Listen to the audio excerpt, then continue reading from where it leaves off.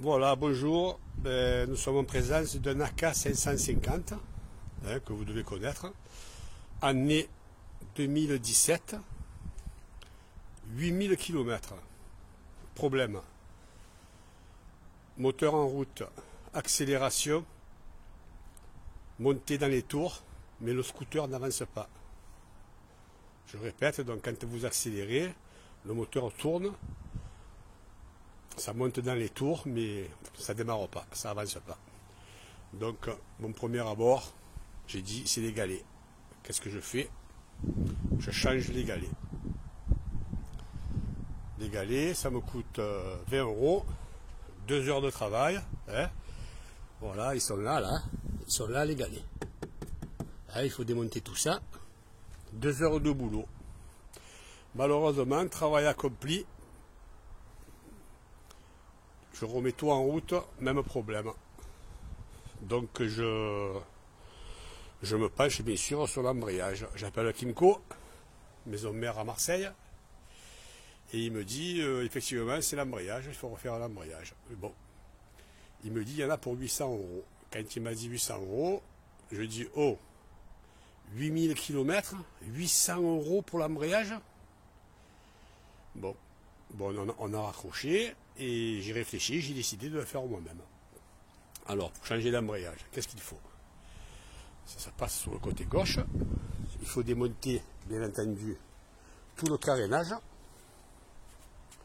Voilà, tout ce carénage, là, tout ça, toute cette partie. Et l'embrayage, il se trouve à l'intérieur. Alors, je vais donc, première étape, démonter le carénage pour avoir accès au carter. Et je vous expliquerai ensuite ce qu'il faut faire. À tout à l'heure. Bon, me revoilà. Alors, j'ai démonté donc tous les caches, comme vous pouvez le voir. Hein. Voilà. Hein. Bon, faut aller doucement, faut pas être pressé, faut pas casser. Voilà. Donc maintenant, je vais vous expliquer la deuxième étape et la troisième étape, pardon, pour avoir accès à l'embrayage. Alors, je me rapproche. Je m'assois et je vous explique tout ça. Voilà. Donc ici, on a le carter où se trouve l'embrayage. Il est à l'intérieur. Et là, nous avons un deuxième carter. Comme vous pouvez le voir, hein, les boulons ne sont pas mélangés. Et on a accès à la chaîne de distribution, enfin tout le reste. Alors, ce que j'avais oublié de vous dire, c'est que l'avantage que je vais avoir dans ce travail, c'est que l'embrayage que je vais changer, je ne vais pas changer l'embrayage complètement, mais je vais changer tous les disques d'embrayage. Il y en a 8. D'accord? Et l'avantage que j'ai, c'est que l'embrayage du Kimco AK550, c'est exactement le même que l'embrayage du T-Max 530. Voilà, ça c'est l'avantage que j'ai. Bien entendu, je ne change pas l'embrayage complet parce que l'embrayage complet chez Kimco, il coûte 536 €, le prix exact. Et les disques, je vais en avoir pour aller, avec le joint de carter, 4 bricoles, je vais en avoir pour 150 €, transport compris. Après, bien sûr, une fois que j'ai démonté l'embrayage, il faut que je le mette sur l'établi, que je défasse tous les disques, etc., etc. Ça, je vous montrerai à la prochaine étape. Voilà. Donc, l'avantage que j'ai par rapport au T-Max, donc Kimco, je pense qu'ils ont mieux travaillé que le T-Max, c'est que je me suis toujours posé la question, pourquoi sur le Kimco, il y a 2 bouchons de vidange pour vidanger l'huile, hein, il y en a 2. Voilà, on en a un ici et on en a un ici. Je me suis toujours posé la question. Et bien là, j'ai compris pourquoi. Sur le T-Max, si vous préférez les 2 carters, ça n'en est rien qu'un. Ça veut dire que pour accéder à l'embrayage ou pour la chaîne de distribution, il faut démonter l'ensemble, c'est-à-dire celui-là et celui-là, mais comme ils sont moulés ensemble sur le T-Max, il faut démonter le carter en entier. Sur le Kimco, donc, sur le Kimco, l'avantage que j'ai, c'est qu'ils ont séparé, vous voyez là, c'est séparé. Les 2 carters sont bien séparés. Moi, ce qui m'intéresse, je vais démonter uniquement celui-là de carter. D'accord? Mais quand même, je vais faire la vidange de l'ensemble. Ça, je m'en fous, je fais quand même la vidange, comme ça au moins, je serai tranquille, j'aurai fait ma révision, et je changerai mon filtre à l'huile qui est là-dessous. Voilà, là-dessous, il y a le filtre à l'huile, hein, il est accessible, voilà, il est accessible, il est là, je ne sais pas si vous le voyez, voilà. Je vais profiter donc pour faire la vidange, prochaine étape, hein, démonter le filtre à l'huile, et ensuite, je démonterai le carter d'embrayage, c'est-à-dire celui-là, et non celui-là. Je répète, sur le T-Max, celui-là et celui-là, ils sont moulés ensemble, c'est le même carter. Voilà. Donc, je vais faire le travail et je vous reprends tout à l'heure. Bon, ben voilà, donc j'ai fait la vidange complète du moteur.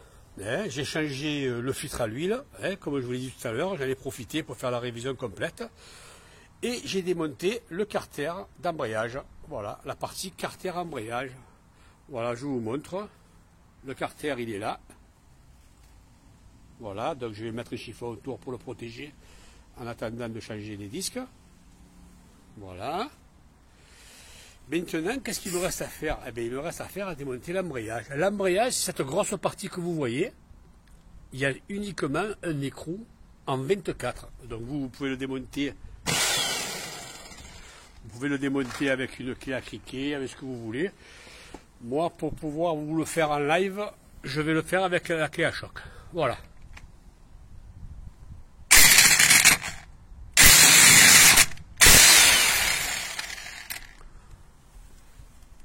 Voilà.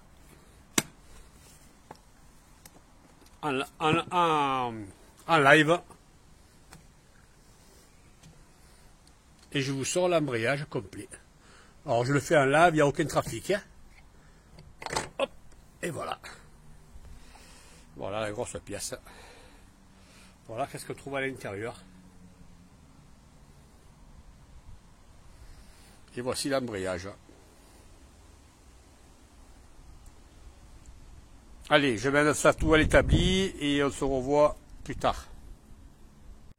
Bon, je suis sur l'établi maintenant avec mon embrayage complet. Donc, ce qu'il faut que je fasse, c'est que je sorte tous les disques de l'intérieur, tout ce qui est à l'extérieur, et que je suive un ordre bien précis et que je ne me trompe pas. Il faut, en premier abord, enlever ce grand clip que vous voyez là, cette grosse rondelle là, qui sertit ensemble. Une fois que j'aurai enlevé ça, je n'aurai plus qu'à sortir pièce par pièce. Il faut absolument laisser l'embrayage à plat comme je l'ai mis et surtout ne plus le bouger jusqu'à la fin du travail. Voilà, donc je vais attaquer et je vous reprends après. Bon, une fois le clips desserti qui est là maintenant, j'ai tout desserti, il est là. Je vais maintenant en live tout démonter devant vous et je vais suivre un ordre bien précis et il ne faut pas que je me trompe.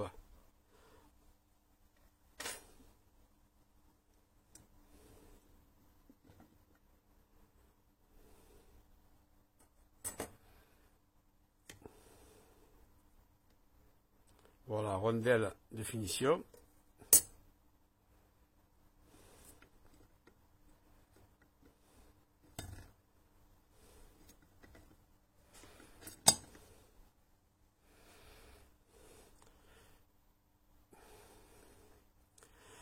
Ça, c'est le support de finition des ressorts. Vous voyez? Chaque goupille que vous voyez, eh bien, c'est un ressort. Ils sont là, les ressorts. Nous arrivons au disque d'embrayage. Voilà.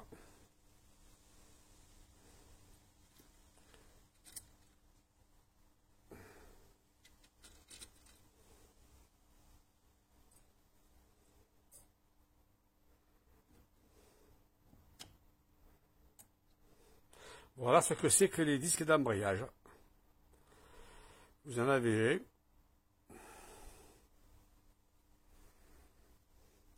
J'examinerai tout ça après.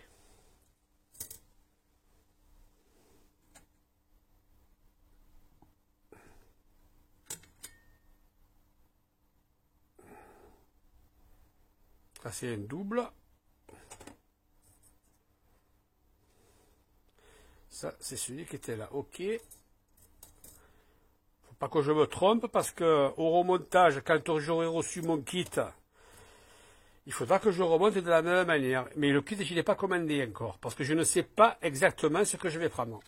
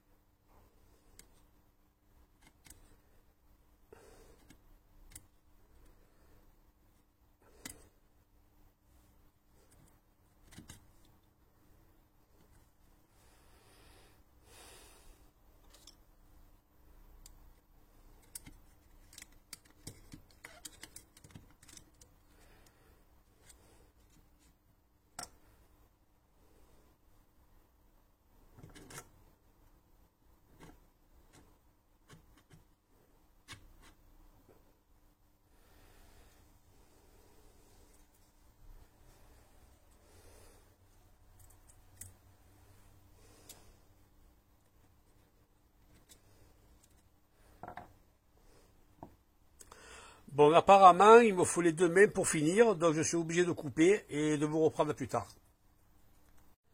J'ai sorti tous les disques, ainsi que les entretoises. Voilà. Au fond, on a les galets. Bon, ça, je n'y touche pas, par contre.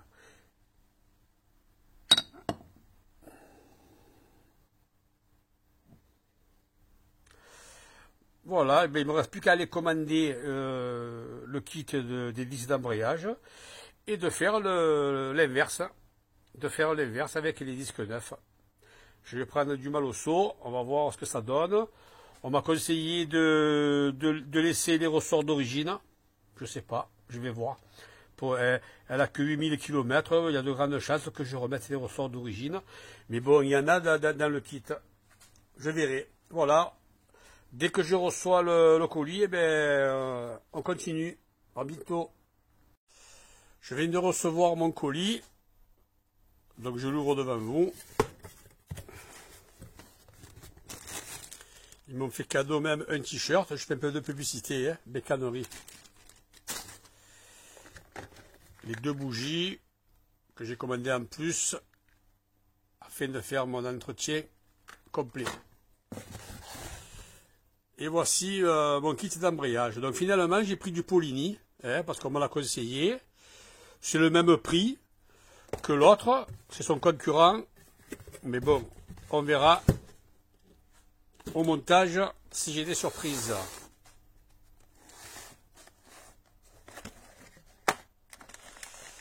Voilà, donc je découvre en même temps que vous.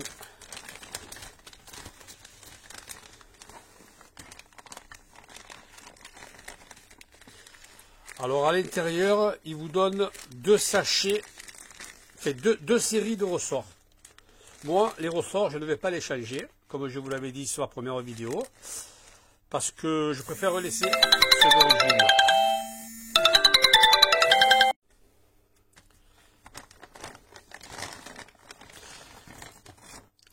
Alors il faut savoir que les disques tels qu'ils sont, il ne faut jamais les monter comme ça. Pourquoi? Parce qu'ils sont hyper secs. Ils sont tout neufs et ils sont hyper secs. Il faut les tremper dans l'huile de vidage, donc l'huile que vous allez mettre dans le moteur, il faut les tremper au moins une nuit, de manière à ce qu'ils s'imbibent bien d'huile. Pourquoi on fait ça? Parce que si vous les montez à sec, et qu'ensuite vous remplissez votre carter d'huile, l'huile, elle n'est pas montée sur les disques. Et quand vous démarrez, il se passe un frottement à sec, ce qu'on appelle. Et vous risquez d'arracher ces petits carrés d'amiante, là. Ils risquent de partir. Et puis le frottement à sec, c'est pas très beau. Ils disent qu'il faut les tremper au moins une nuit pour qu'ils s'imbibent bien d'huile. Voilà, ça c'était uniquement un petit renseignement supplémentaire. Bon, mais je vous laisse et à plus.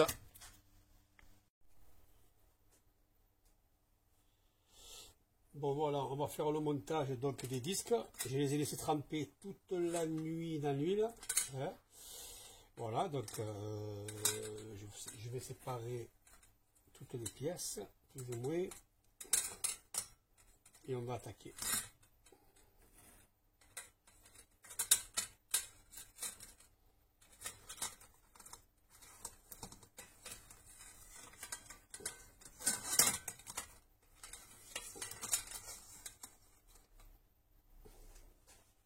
Allez, c'est parti.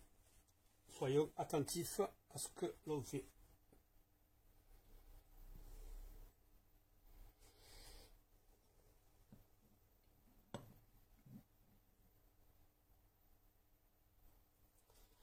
Alors on commence. Ressort.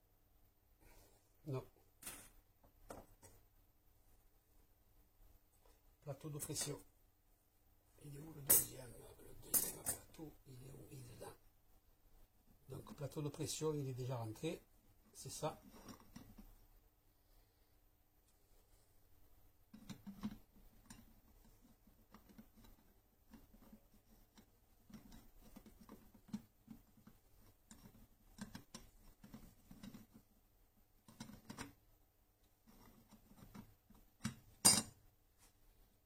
C'est au micro. Ensuite, nous mettons les ressorts. Il y en a 6. Je ne sais pas si je vous l'ai déjà dit, c'est les ressorts d'origine. Dans le kit, il y avait des ressorts, je ne les ai pas mis parce qu'ils sont trop forts. Donc si on veut garantir l'embrayage, il vaut mieux laisser les ressorts d'origine. C'est les conseils que j'ai eus. On commence.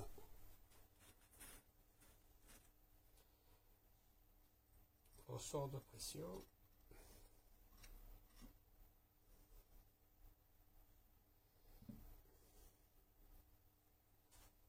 Alors, plateau, ressort de disque, plateau garni, une seule face. La face garnie vers le bas.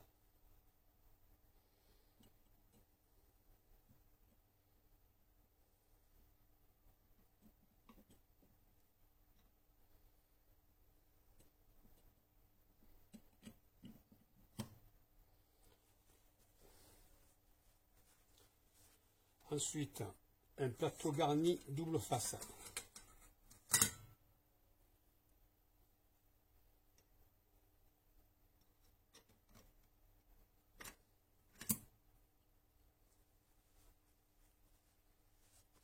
Et on recommence. Ressort de disque.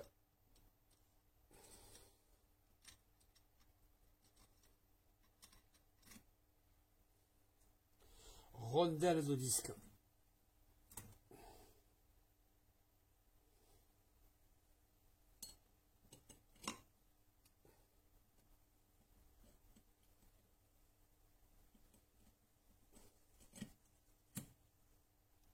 Disque double face.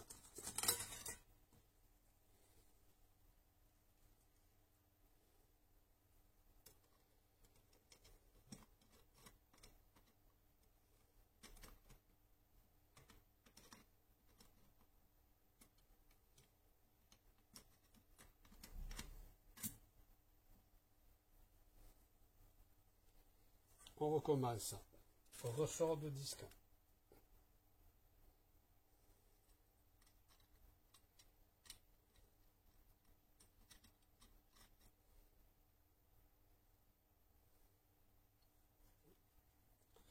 Rondelle de disque lisse.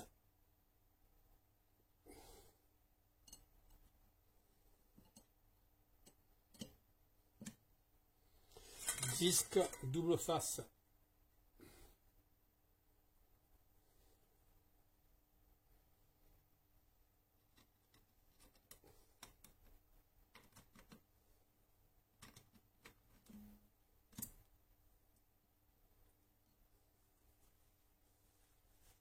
On recommence.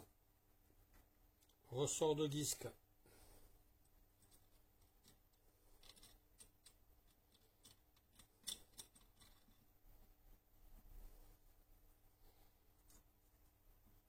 Rondelle de disque.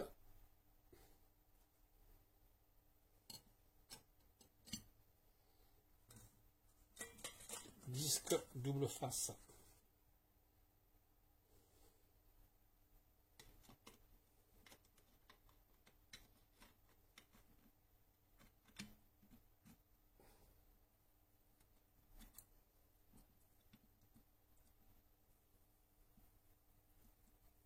On recommence. Ressort de disque.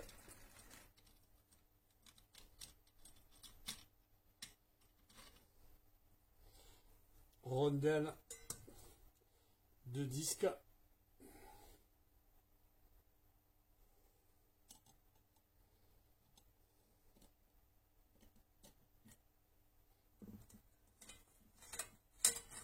Disque double face.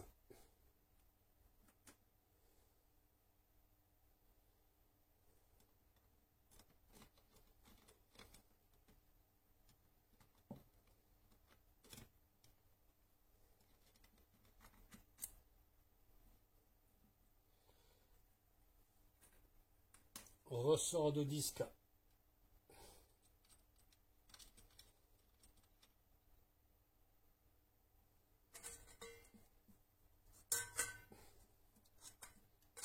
Rondelle de disque.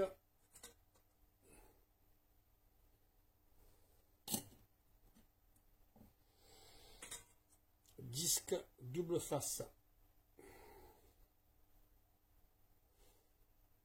Le dernier double face. Hein.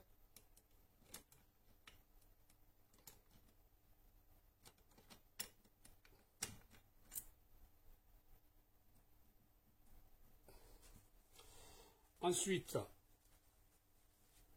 ressort de disque, qui devrait être le dernier.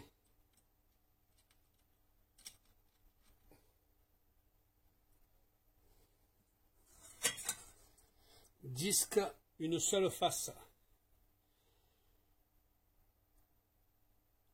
On met les garnitures vers le haut, pour finir.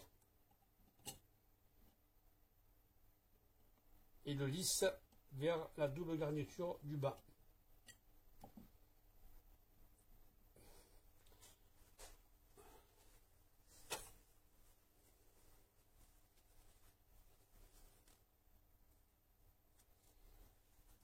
Ensuite, on finit avec le plateau final en mettant bien les goupilles dans les ressorts.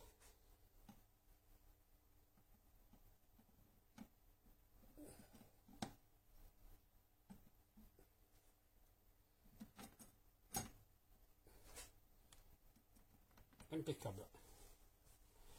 Ensuite, fermeture de la cloche de l'embrayage. Conique, on met le cône vers le bas, le creux vers le haut. Comme ceci. Et ensuite, on ferme avec celui-ci qui a une gorge, et la gorge doit aller vers le bas.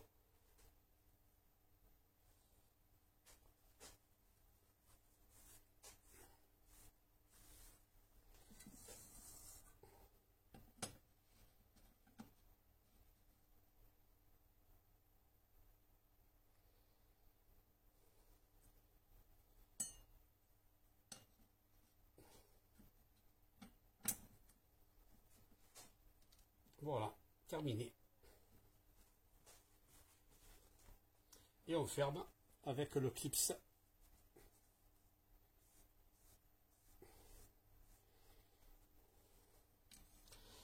Qui, à mon avis, ne va pas être une mince affaire.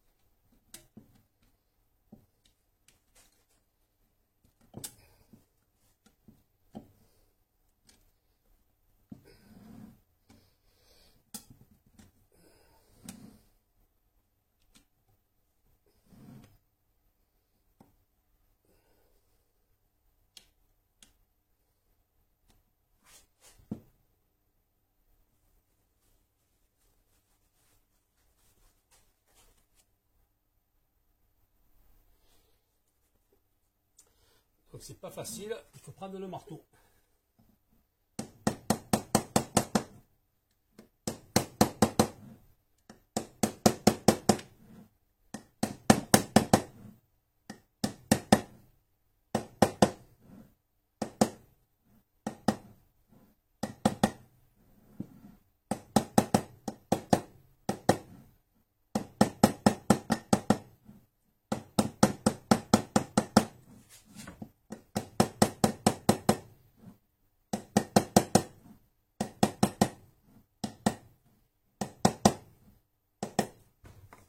Et voilà. Il ne reste plus qu'à le mettre en place. Je vous reprends à plus. Voilà, bon, l'embrayage est en place. Je viens de le remettre à l'instant. Bien sûr, je l'ai serré à la clé dynamométrique, que voici. J'ai mis 7 kg de... Voilà, ce qui représente 7200 Nm. Voilà, 720 Nm, pardon. Je vais monter le carter, remplir mon huile et je vais aller l'essayer. Je remettrai le carénage si les essais sont concluants. Voilà, à bientôt. Bon, ben, mission accomplie. Voilà, j'ai remis le carter, j'ai resserré l'embrayage et j'ai rempli mon huile, 3 litres. Voilà, j'ai mis en route. Pour l'instant, ça marche. On va aller faire un tour et on va voir ce que ça donne. Allez. Ça venait bien de l'embrayage finalement. Voilà, ben, j'ai retrouvé mon scooter comme il était auparavant. C'est nickel chrome. Je vais remonter le carénage et c'est terminé. Je vous dis à la prochaine vidéo.